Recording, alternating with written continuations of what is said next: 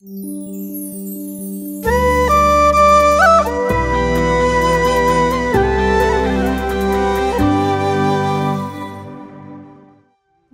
के गुरु शिव बन गईला तू, चुपके से का कैला तू, नस नस में तू गईला समा, नस नस में तू गईला समा, डाल दिला भक्ति तन मन में, गजब के शक्ति दे दिहला गुरुजी हमके जिंदगानी में, गजब के शक्ति दे दिहला गुरुजी। सप्तरी सदरमुकाम राजविराज छेउको दलित बस्तीमा हामीले मुन्नीलाई भेटेका थियौं। गाउँकै पहिलो पढे लेखेको बुहारी हुँ भनेर सुनाइरहँदा मुन्नीका आँखा चम्किला भएका थिए।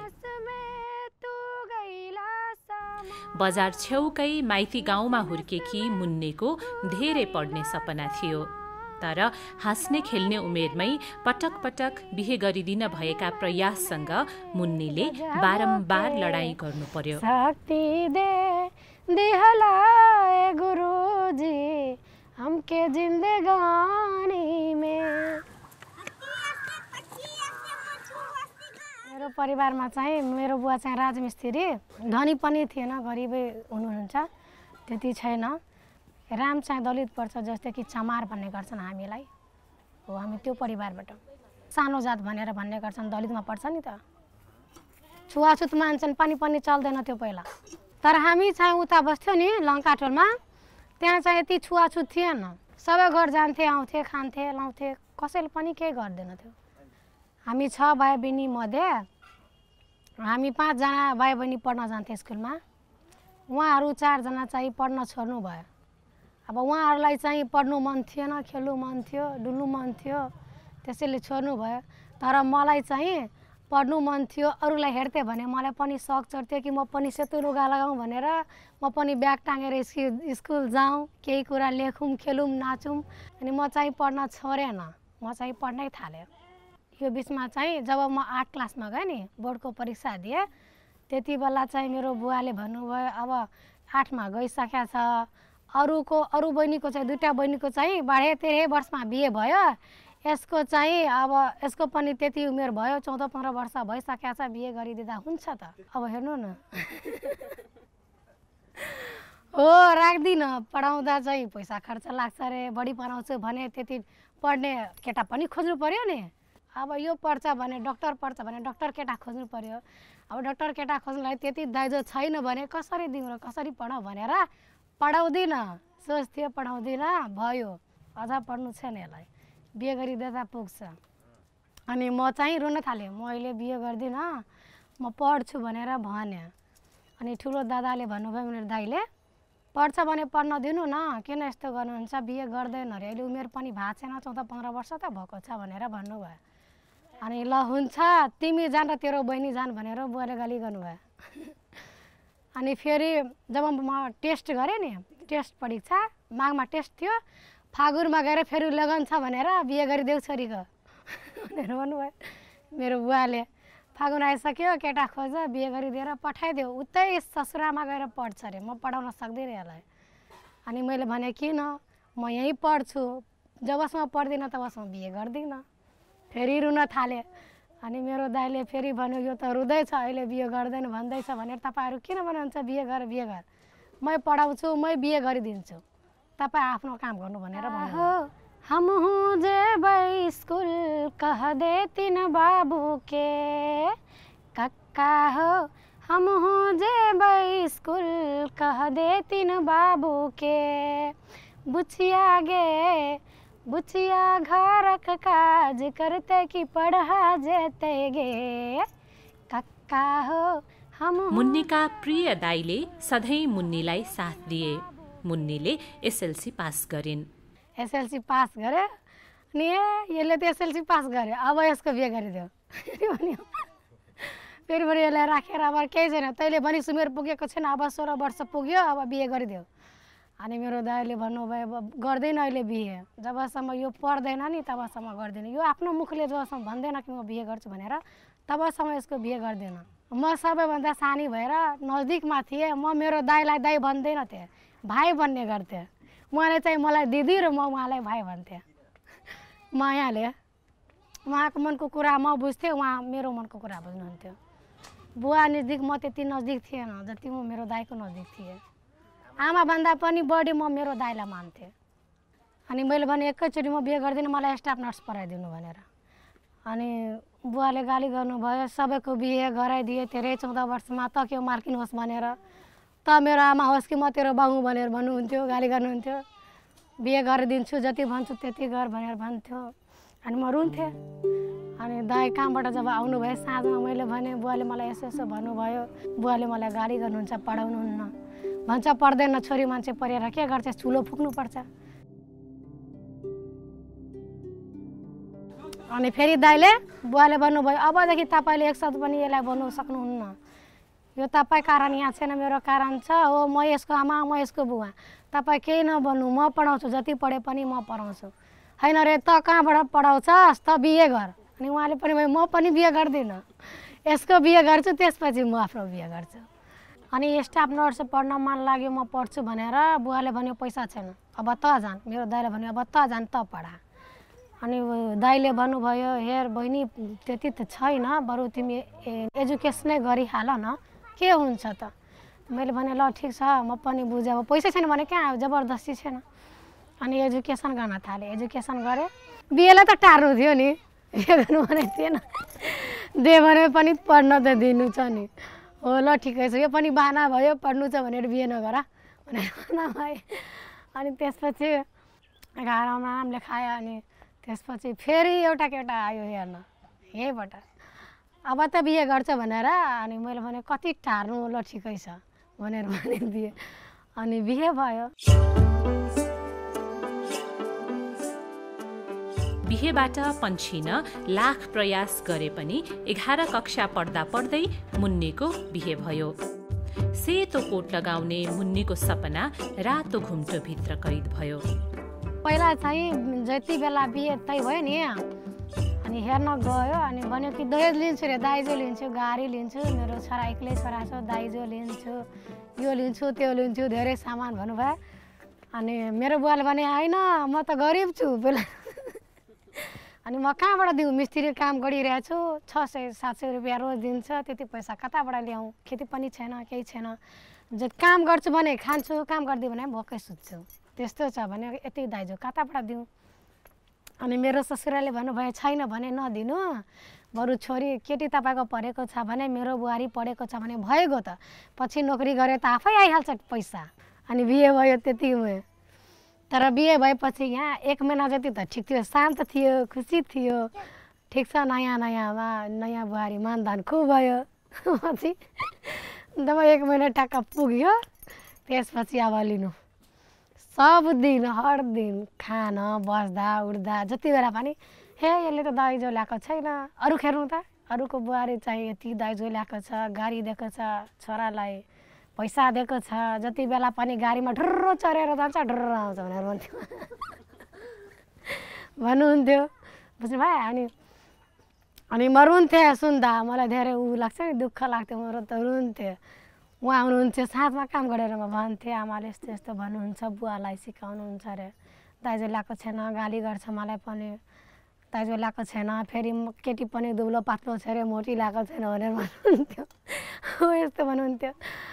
अनि उहाँले चाहिँ बिहान, होइन आमा तपाईँले यस्तो किन बोल्नुहुन्छ, यो तपाईँको घरको लक्ष्मी न हो, पैसा ल्याएको छैन भने के भयो त, तपाईँ यसलाई पढाउनु न, अहिले 11मा पढिरहेछ, इन्टर गर्छ भने, कहीँ जागिर पाउँछ भने, पैसा ल्याउँछ भने तपाईँकै हातमा दिन्छ यसले त, कहाँ अरूलाई दिन जान्छ, माइती जान्छ दिन आमा बुवालाई, तपाईँले नै दिन्छ।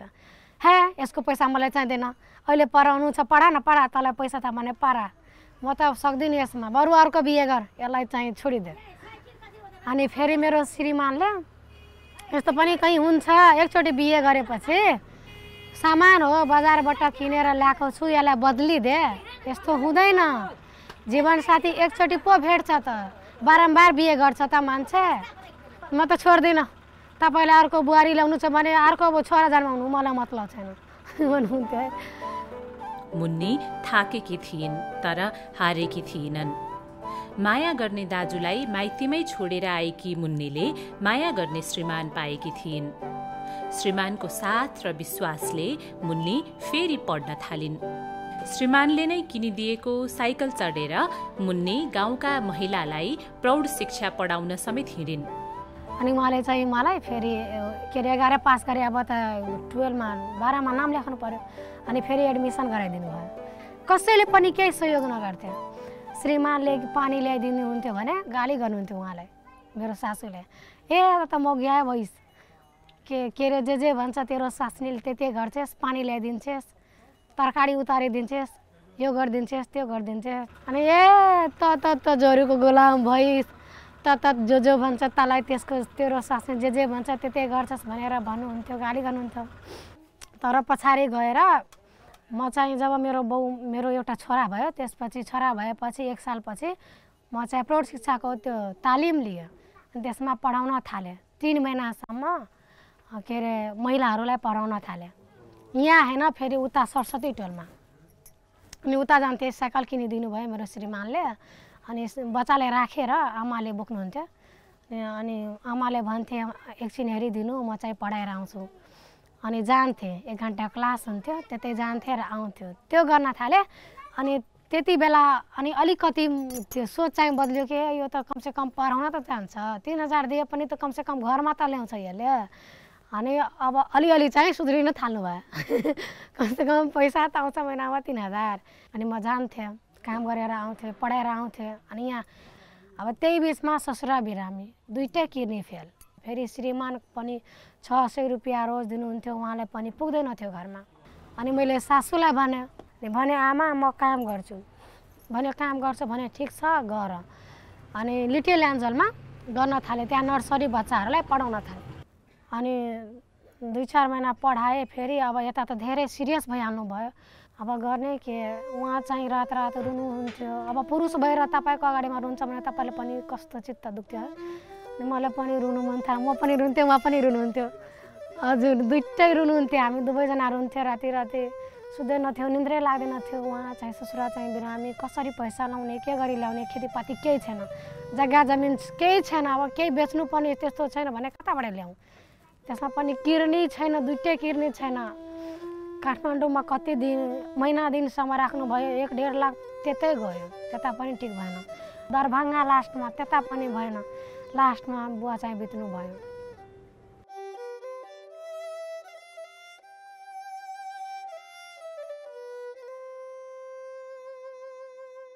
मर्ने कसैलाई रहर हुँदैन, तर नमरेको प्रहर हुँदैन, तर नमरेको प्रहर हुँदैन। भागेर जाऊँ कुन ठाउँ जाऊँ, मान्छे नमर्ने सहर हुँदैन, मान्छे नमर्ने सहर हुँदैन। धेरै माया गर्ने ससुरा बिते। श्रीमान ऋणको भारी बोकी विदेशिए। मुन्नीलाई घर व्यवहारको भारीले थिच्यो। अब फेरि मेरो एउटा छोरा र एउटा छोरी भइसकेको थियो। एउटा फेरि थियो पेटमा, हो अर्को तेस्रो अर्को थियो। उहाँले भन्नुभयो म विदेश जान्छु, तिमी कहीँ काम खोज, म जान्छु, बरु म त्यहाँबाट पैसा पठाइदिन्छु, तिमी घरमा काम गर्नु है। अनि यस्तै सल्लाह सुझाव लिएर अनि उहाँ चाहिँ विदेश जानुभयो। हम जैसे कहीं आपको दिलबर न मिलेगा, हम जैसे कहीं आपको दिलबर न मिलेगा। घर छोड़कर न जाओ, घर छोड़कर न जाओ, कहीं घर न मिलेगा। हम जैसे कहीं आपको। अनि म चाहिँ जागिर गर्न थालेँ। यहाँ चाहिँ 7000 रुपियाँ महिना दिन्थ्यो मलाई। अनि मलाई पनि घर चलाउन त्यति गाह्रो भएन।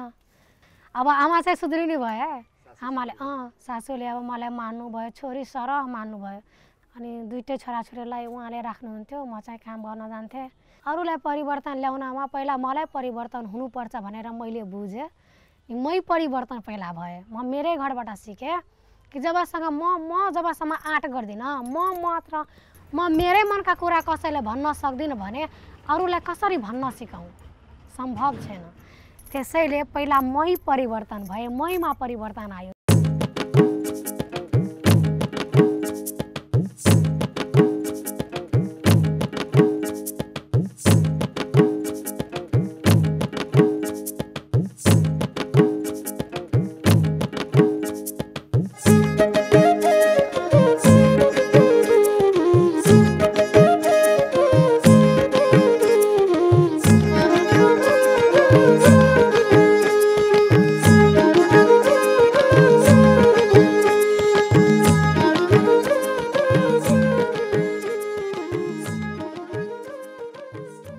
अब के पढ्ने सोच थियो ब्याचलर गर्छु लो पढ्छु भनेर वकिल रे बन्नु थियो सोच राखेको थिएँ सेतो लुगा लगाएको छैन स्टाफ नर्स नभए कालो लुगा त लगाउँछु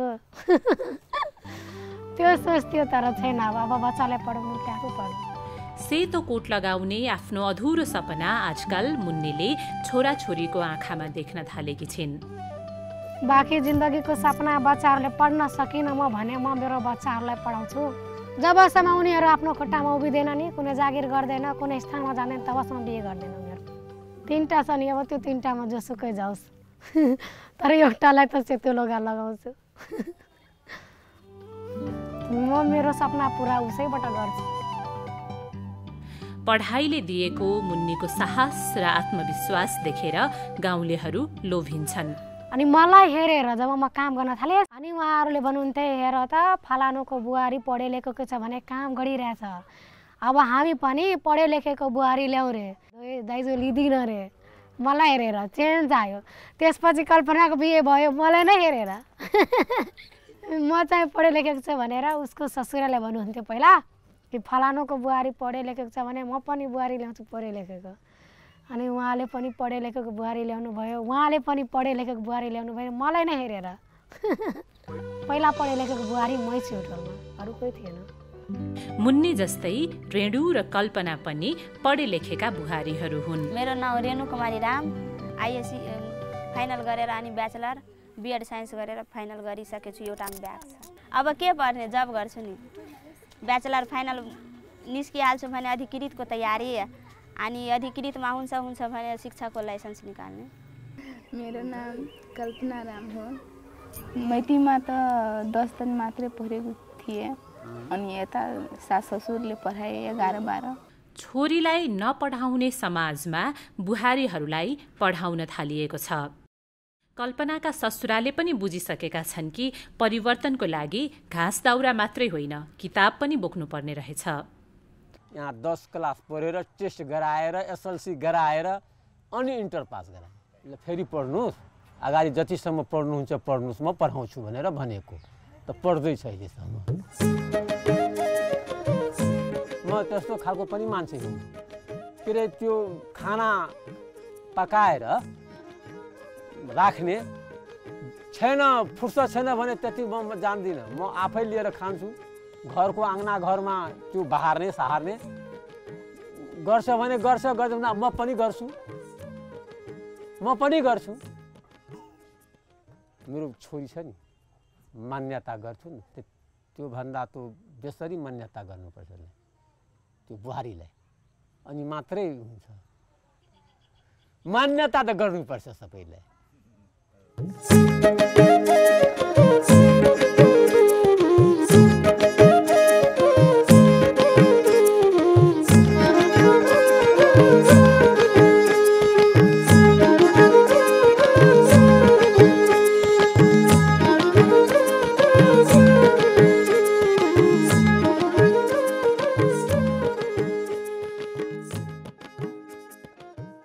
राजविराज नजिकैको तिलाठी गाउँकी सञ्जलीलाई पनि श्रीमानले पढाउन थालेका छन् सञ्जलीसँगै घरको चुलो चौकोमा पनि हात बढाउन थालेका छन् हम एसएससी पास थिए और हमरो पढ़े के और मन छै। हमर सास ससुरा सब कहे छै हाँ पढ़ाबे। हमर श्रीमान जेना कोनो काम रहे छै कहे छै हमरो काम छियै, हमहूँ हेल्प कर दै छियै से कहे छै।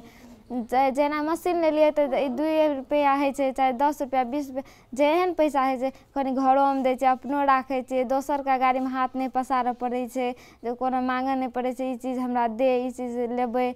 अपने पैसा रहे छै अपने कीन के आनि लै छियै।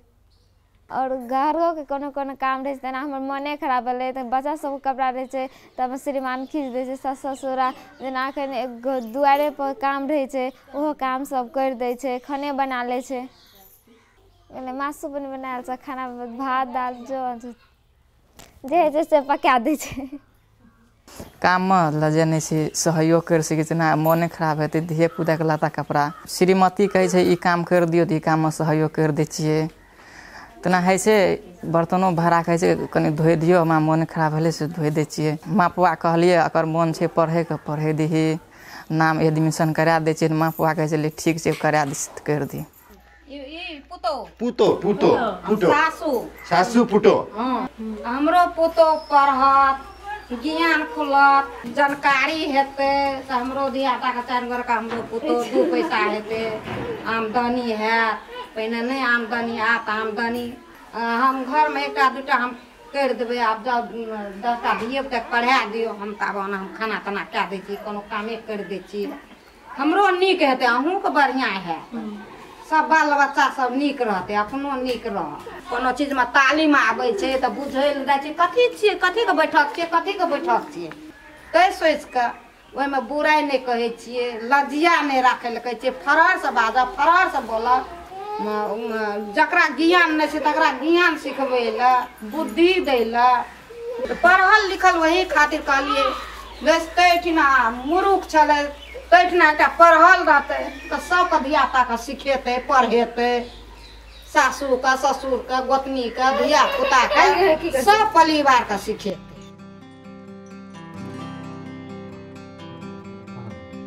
बिस्तारै मधेसका समाजमा मौनताहरू तोडिँदैछन् र सुनिँदैछन् परिवर्तनका धुनहरू।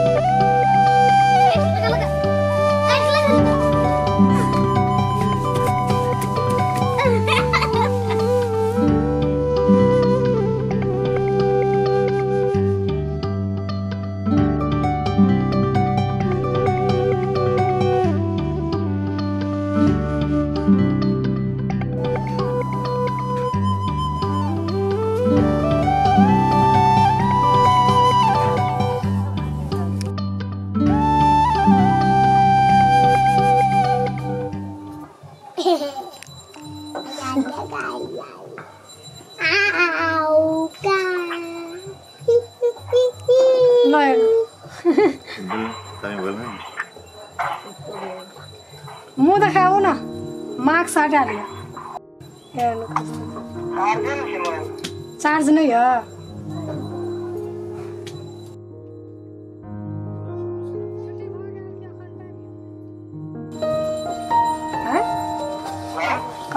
कलू छुट्टी भए गेल कि कनी टाइम यऽ?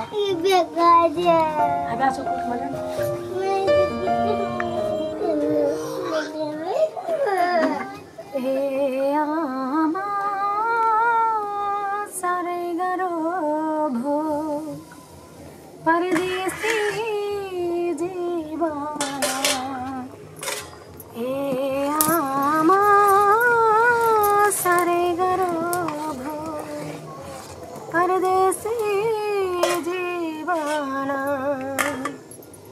घर मेरो डाँडा पारी छोडिआको धेरै भो मन छ मेरो परदेशैमा मन छ नेपालमा ए आमा साह्रै गाह्रो भो। परदेसी जीवना ए आमा